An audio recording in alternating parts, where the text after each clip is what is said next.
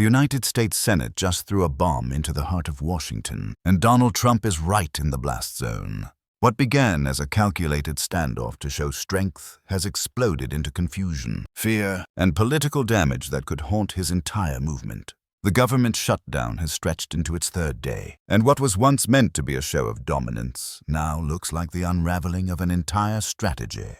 Inside the corridors of power, panic is growing. Trump and his allies wanted this showdown. They thought they could frame it as a fight for fiscal discipline and control. But the narrative has turned against them, and fast. The truth is that the shutdown is hurting ordinary Americans, and the public knows exactly who to blame. Even within the Republican ranks, there's visible discomfort, confusion, and desperation to explain what went wrong. On television this morning, Senator Roger Marshall from Kansas tried to defend his party's position. He went on CNN insisting that this was a Schumer shutdown, claiming it was driven by Alexandria Ocasio-Cortez, the Squad, and the Marxist wing of the Democratic Party. But when pressed for data or evidence, he fell apart. He couldn't name a single poll, couldn't quote a single figure, and ended up dismissing the Washington Post poll that clearly showed Americans blaming Republicans for the crisis. When asked why, he muttered something about bias, but couldn't even remember who conducted the poll. The host reminded him it was the Washington Post. He froze. That moment went viral. It summed up everything that's gone wrong for the GOP in this shutdown. They have no clear strategy, no consistent message, and no exit plan. What began as a political maneuver has turned into a public relations catastrophe. Across the country, the Republican Party is being blamed not just for the shutdown, but for the lack of leadership and compassion in the middle of a crisis. Meanwhile, Democrats have stayed remarkably unified. They've demanded that health care subsidies under the Affordable Care Act, the very lifeline that keeps millions insured, be restored and protected. They've pushed for full government funding and for Medicare support to continue. In contrast, Trump's allies have turned every discussion into a power struggle.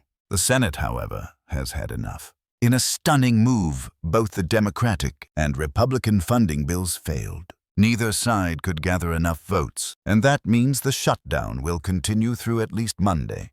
It's a disaster for governance, but it's also a message the Senate is refusing to be bullied into submission. This was the political bomb that no one saw coming. For Trump and House Speaker Mike Johnson, the fallout is brutal. Johnson, who had previously vowed to call the House back into session, abruptly reversed himself. He told lawmakers to stay home, to remain in their districts rather than return to Washington. His explanation was that this would pressure Senate Democrats to accept the Republican plan for a 7-week stopgap bill. But the truth is that it looks like surrender. Even within his own caucus, there's outrage. Members are privately calling it a total abdication of duty. Behind closed doors, the White House has confirmed plans for mass layoffs of federal employees. Thousands of workers could lose their jobs as the administration finalizes a list of departments to cut. This isn't about policy efficiency, it's political theater. Trump's allies believe that by inflicting enough pain, they can force Democrats to bend. It's a dangerous game that risks turning millions of lives into bargaining chips. The Senate's refusal to pass any funding bill was, in many ways, an act of defiance. Senators from both parties are tired of being used as pawns in Trump's political show.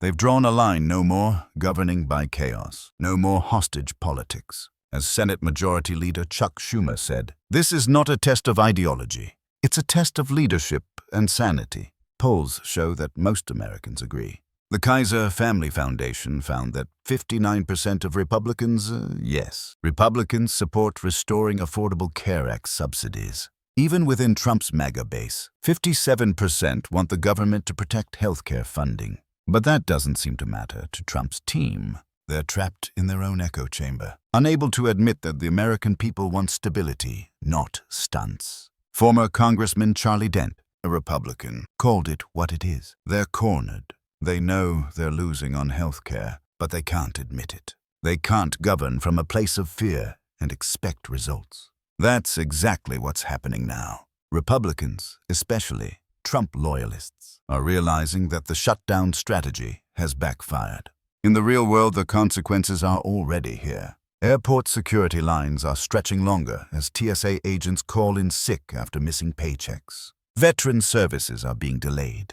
National parks are closing. Food inspections are being postponed. Federal contractors are suspending projects. Economists warn that each week of shutdown could cost the U.S. economy billions. Yet Trump and Johnson continue to act as though this is a game, as though none of it matters. Their calculation was that Americans would turn on Democrats first. But history tells a different story.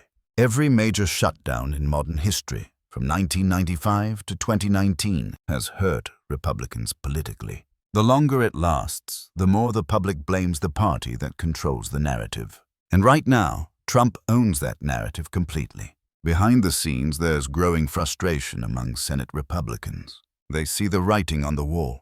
Their party's image has taken a beating. Their leadership looks incompetent, and the country's patience is running out. Some are quietly discussing ways to end the standoff without Trump's approval. Others are terrified of crossing him publicly. One Senate aide told reporters, "Everyone's walking on eggshells. We're all waiting for someone to blink first."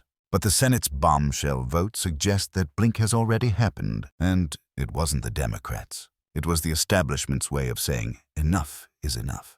The refusal to pass any bill, even a temporary one, was not paralysis. It was rebellion.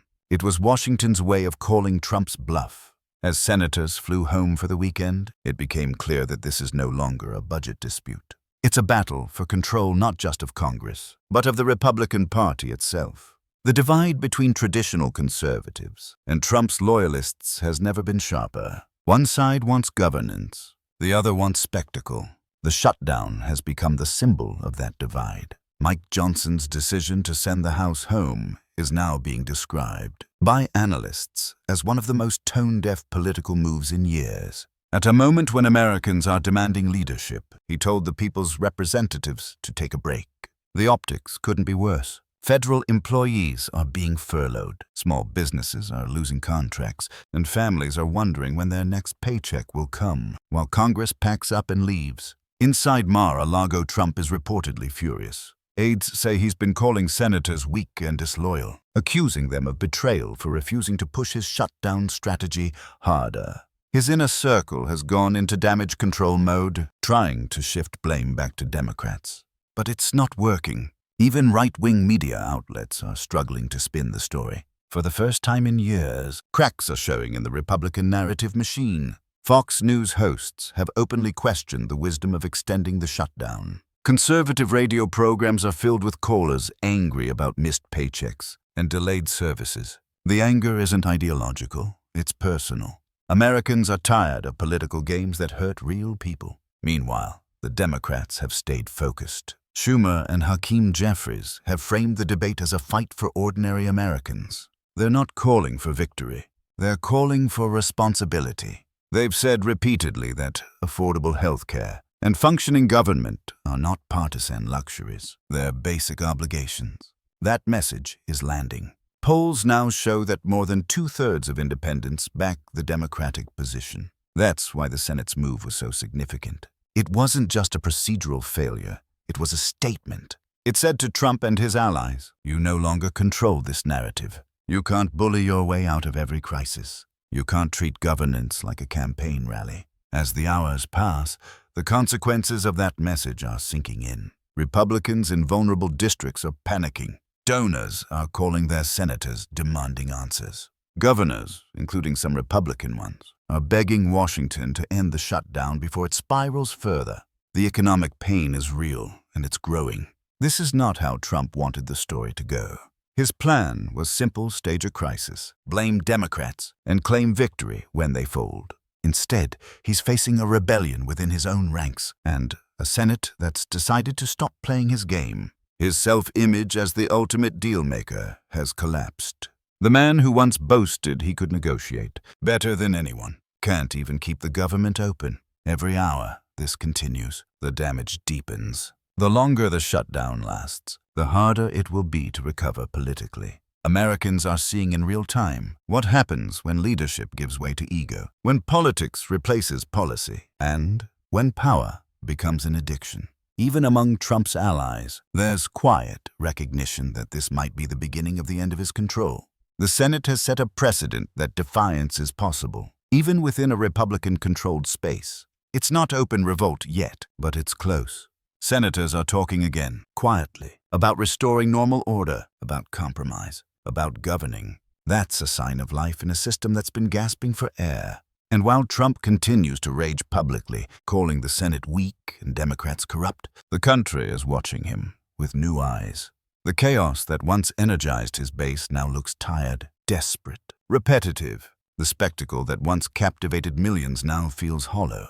The same lines, the same blame, the same refusal to take responsibility. It's wearing thin. So here we are, a nation on pause, a government frozen, a people waiting. The Senate's bombshell wasn't a physical explosion, but it might be even more powerful. It was a moment of collective refusal. A declaration that the machinery of democracy will not be hijacked by chaos forever. In the days ahead, pressure will mount. Markets will react. Protests will grow. Federal workers will march. The public will demand answers. And Trump's team will scramble to spin it all as victory, even as the walls close in. Because the truth is simple. The Senate's bomb has already detonated.